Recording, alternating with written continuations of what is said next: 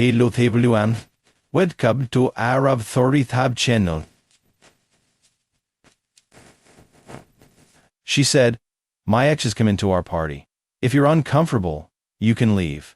I replied, understood. Then I canceled the party and emailed all our friends, sorry, canceled. She wanted to host her ex alone. The call she got. Original post. I 32 male have been with Fiona 30 for 4 years. And we've lived together in my condo for the last 2. I own the place. She moved in and pays a small, agreed upon amount for utilities and groceries. It's been comfortable, stable, or so I thought. We were planning our big annual summer send-off barbecue for this coming Saturday. This is our big joint event. I handle the grill, the meat order, and the booze. She curates the guest list, the side dishes, and the decor. We're expecting about 50 people. On Wednesday night, I was on the couch finalizing the shopping list for the liquor store when she dropped it. Fiona, oh, just a heads up, I invited Dominic. I stopped writing. Wait, what? Dominic? Your ex, Dominic? The guy you dated for 5 years? The one you said was so toxic you had to block him on everything. She waved her hand, not looking up from her phone. Oh, he's totally different now. He reached out a few weeks ago, apologized for everything. He's really matured. With his friends. I rented him last week and told him to come. I stared at her. You ran into him? And you invited him? To our party? Am I home? And you're telling me 3 days before. She finally looked up, annoyance flashing her eyes. Liam, don't make this a thing. It's a party. It's our home, and I can invite my friends. It's my condo, Fiona. You know I'm not comfortable with him.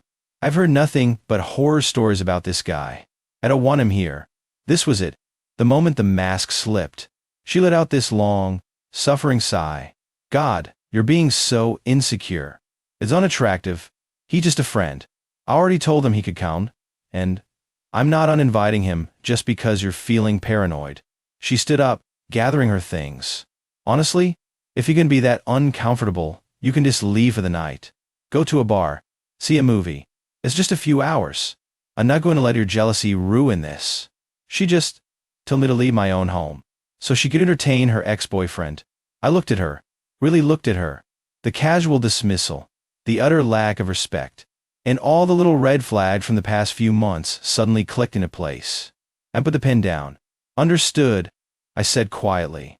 She smiled, relieved. Good. Glad you're not going to be a baby about it. I'm heading to bed. I waited until I heard the bedroom door click shut. Then I opened my laptop, pulled up the guest list and the email invitations we'd sent out from my account. I took a deep breath, and I started typing. Subject: canceled, summer send-off barbecue.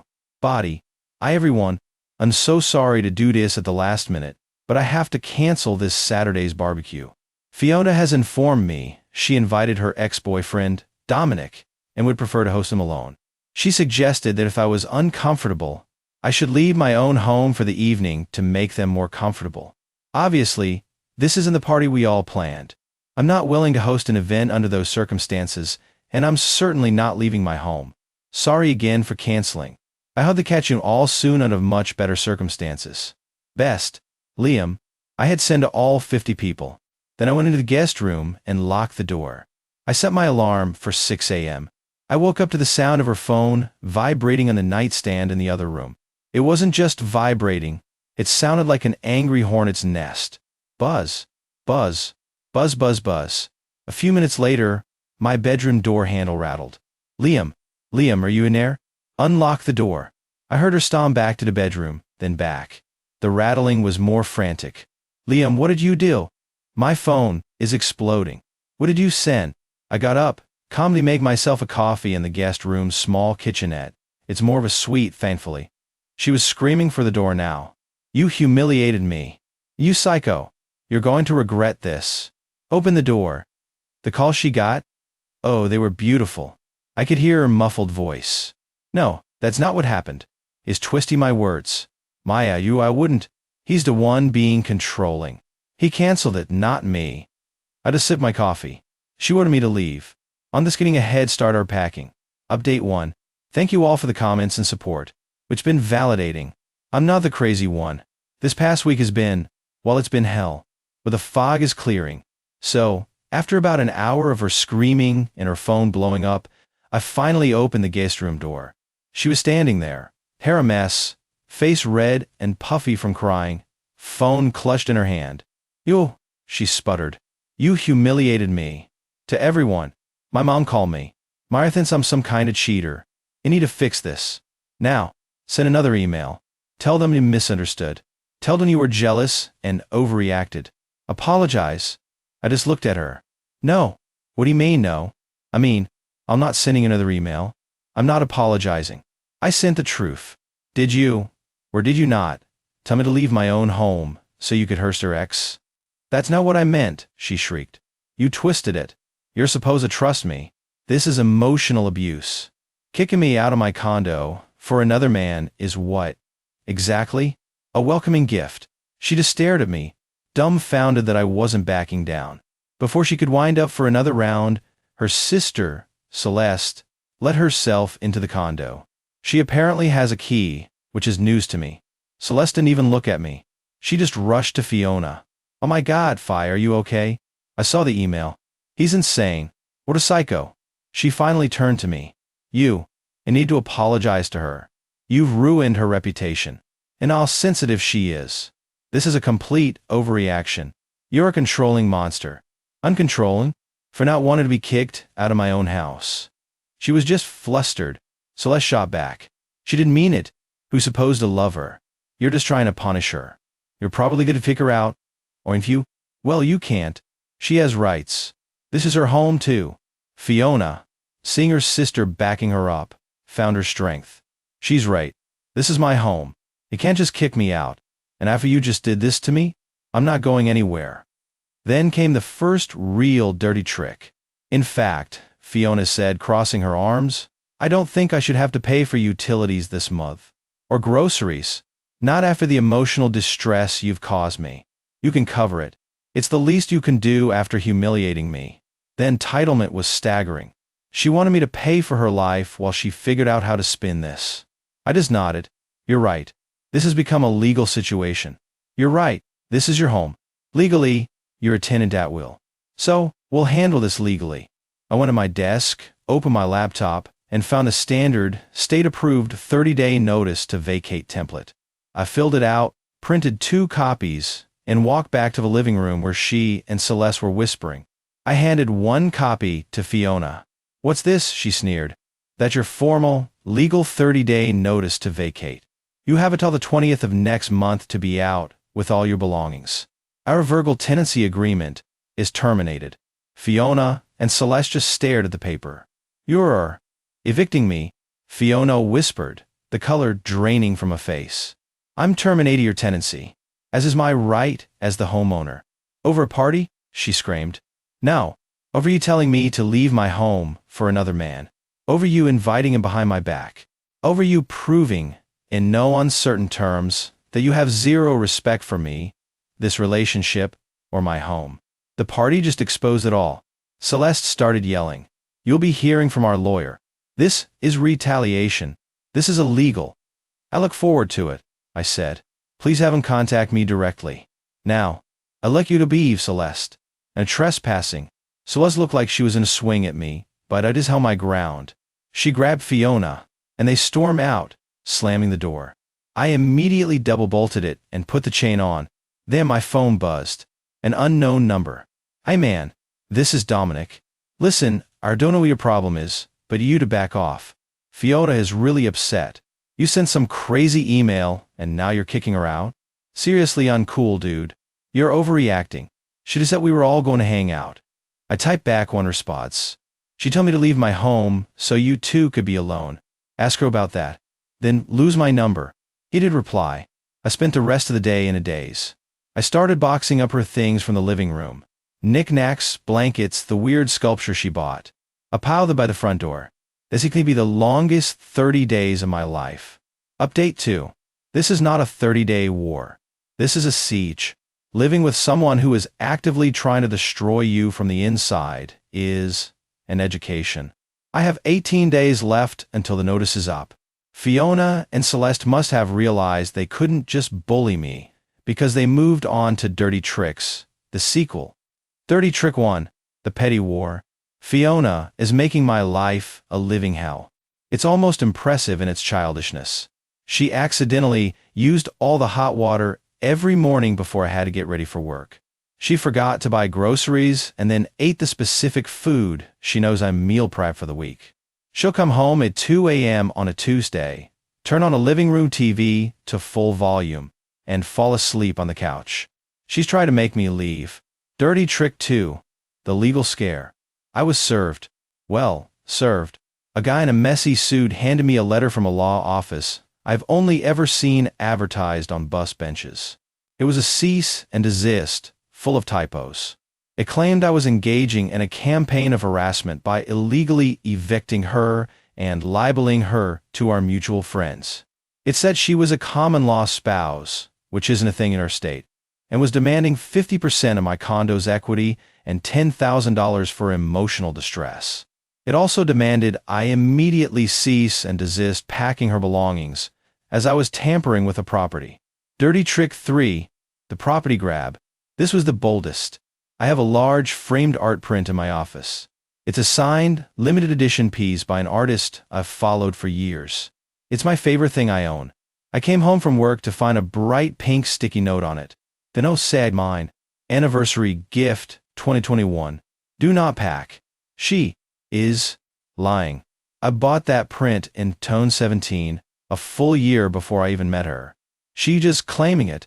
She's banking on the fact that I won't have the proof. I was shaking with anger. But I'm not playing her game. I'm playing mine. My response, the methodical takedown. First, I hire my own lawyer. I bid one. A shark. The retainer fee hurt, but peace of mind is priceless. He laughed out loud at the common law letter. He said the libel claim is a joke because truth is an absolute defense. And her own text to me, which I saved, proves her intent. Second, put his advice, I bought 2 small, very visible security cameras and placed them in the living room and the kitchen. Fiona lost her mind. You're spying on me. That's illegal. I'm calling the cops. Go ahead, I said, plugging the last one in. It's my home. I'm documenting my property and my own safety. Given your sister's unannounced entries and your lawyer's false claims, I'm protecting myself. If you don't like being on camera, you're welcome to leave 18 days early. The late-night TV concerts have stopped. Third, I dealt with the art print. I went into my attic, dug through my old file boxes, and found it. The original gallery receipt from 2017. Framed, dated, with my name and credit card info on it. I taped a copy of it to the wall right next to her sticky note. She hasn't said a word about it since. The investigation, the snap moment. Her lawyers let a gunman thinking. If she's this bold, she's hiding more. I didn't have to hack her phone. I didn't have to hire a PI. I just had to look at the bills. I manage our shared toll pass account. It's linked to my credit card. I was logging in to remove her transponder before the next billing cycle. I decided to check the history. For the last 8 months, every Tuesday and Thursday night, her car, same toll plaza, same exit, 9:15 p.m., same plaza, same exit, in reverse, 1:30 a.m. Her late-night yoga class with Celeste. I Googled the exit. It's a residential area across the bridge. I Googled Dominic's name. His apartment complex is right off that exit. This wasn't her reconnection. This wasn't her running into him. This has been going on for almost a year. The party, my God. The party was her trying to introduce her 2 lives. She was trying to get me and her friends to like him, to normalize him, so she could eventually trade up, or down, as it seems, without looking like the villain. She didn't just tell me to leave for an evening. She was trying to get me to vacate my own life. I waited for her to come home last night. She was back in Ice Queen mode, ignoring me. How was yoga? I asked, not looking up from my laptop. She stopped. What? Yoga? With Celeste. You went, right? It's Thursday. Yes, she said, her voice clipped. What? I turned my laptop around. On the screen was the toll pass statement. 8 months of it. Just admiring your dedication. At a long drive, all the way across the bridge. You must be exhausted, especially since Celeste's building is downtown, in the opposite direction. I zoomed in on a map, right next to the list of charges. The pain was on Dominic's apartment complex. But I guess it's a convenient location for yoga. She didn't speak.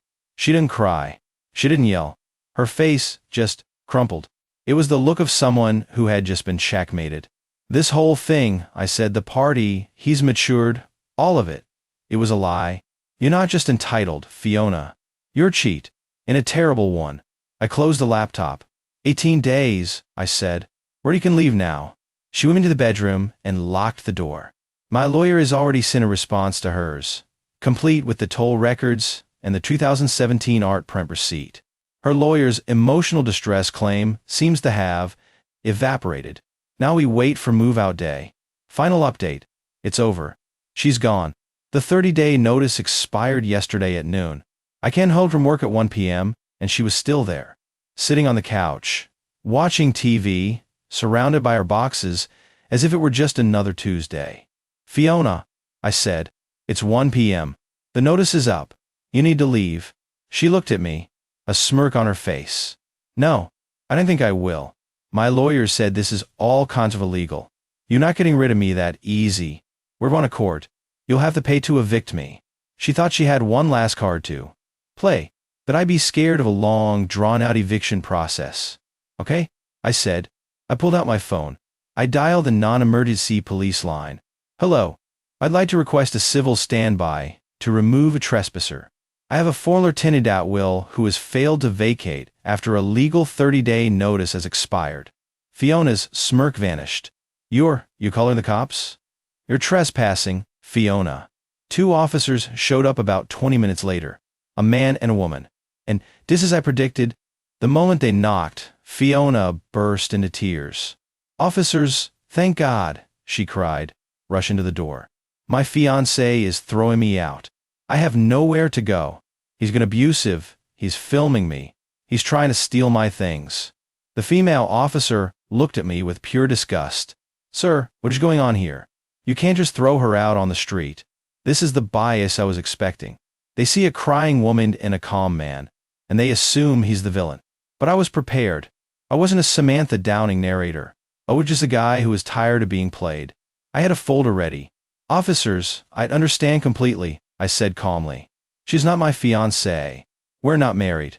She was a tenant at will, paying a small amount for utilities. Here is the deed to my condo, in my name only, purchased in 2017. Here is my driver's license, matching this address. I handed them the papers. Here, I continued, is a copy of the state tenancy at will statute. Here is a copy of the legal 30-day notice to vacate. And here is a notarized affidavit of service, proving she received this notice 30 days ago. Her tenancy officially ended at 12 p.m. today. She is trespassing. The male officer took the folder and started reading. The female officer's expression slowly changed from hostility to professional neutrality. Ma'am, the male officer said to Fiona, this all appears to be in order. This is a civil matter, and their legal tenancy here is over. You have to leave. But my property, she shrieked, pointing to the art print. He's stealing it. That's mine. We can't keep it. Officers, I said, I have a receipt for that print right here. I pulled the 2017 receipt from the folder. I purchased it a year before I met her. She is welcome to sue me for it in small claims court, but she is not removing it from my home. The female officer sighed. Ma'am, we cannot get involved in property disputes. If it's disputed, you can't take it. You'll have to handle that in court. Right now, you need to gather your undisputed belongings and vacate the premises. Fiona's face was a mask of pure, unadulterated venom. The tears were gone. Fine, she spat. Her sister Celeste was waiting outside her rented van. I took them 4 trips to get all the boxes. The whole time, Celeste was muttering, asshole, and you'll get yours under her breath. As Fiona walked out for the last time, she stopped in the doorway. You're a monster, Liam. A cold, heartless monster. I hope you're happy, all alone in her empty condo. I will be, I said, and I shut the door. I locked the deadbolt. I locked the chain, and I leaned against the door, my heart hammering. I'm not gonna lie. I felt shaky, not with regret, but with adrenaline. It's been a week. I got one last letter from her bus bench lawyer, demanding $5,000 for the value of the art print. My lawyer sent back a certified letter with a receipt and a note threatening a countersuit for frivolous litigation and legal fees. We haven't heard back. The gossip? Oh, it's been rich. Maya, her former best friend, who is now firmly my friend, gave me the rundown. Fiona did move in with Dominic into his tiny one-bedroom apartment that he, wait for it, shares with 2 other roommates. The matured Dominic apparently doesn't have a job, is a crypto investor who trades all day, meaning he's broke. Fiona, who is used to my condo and my salary subsidizing her life, is apparently miserable. She has to pay for everything, and she's discovering that Dominic's thrill doesn't pay for nice dinners. Celeste isn't speaking to her, furious that Fiona lied to her for months about the affair and dragged her into the middle of this mess, making her look like an idiot too. As for me, I'm not happy. This whole thing was draining, expensive, and deeply sad. It cost me thousands in lawyer fees and 4 years of my life. I had to learn in real time how to be a cold, calculating person just to protect myself. But I'm satisfied. I had a deep cleaning crew come in and scrub the entire condo. I changed the locks again, just in case. The air feels lighter. I took the original party email list and sent one final follow-up last night. Subject: housewarming for real this time. Body: hey all. Apologies again for the unpleasantness last month. The air has been cleared and the trash has officially been taken out. I'm having that barbecue for real 2 weeks through Saturday. My home, my rules. Hope we can make it. Dominic is not invited. The RSVPs have been amazing. Who are there if you deem the that are our dating brother holding?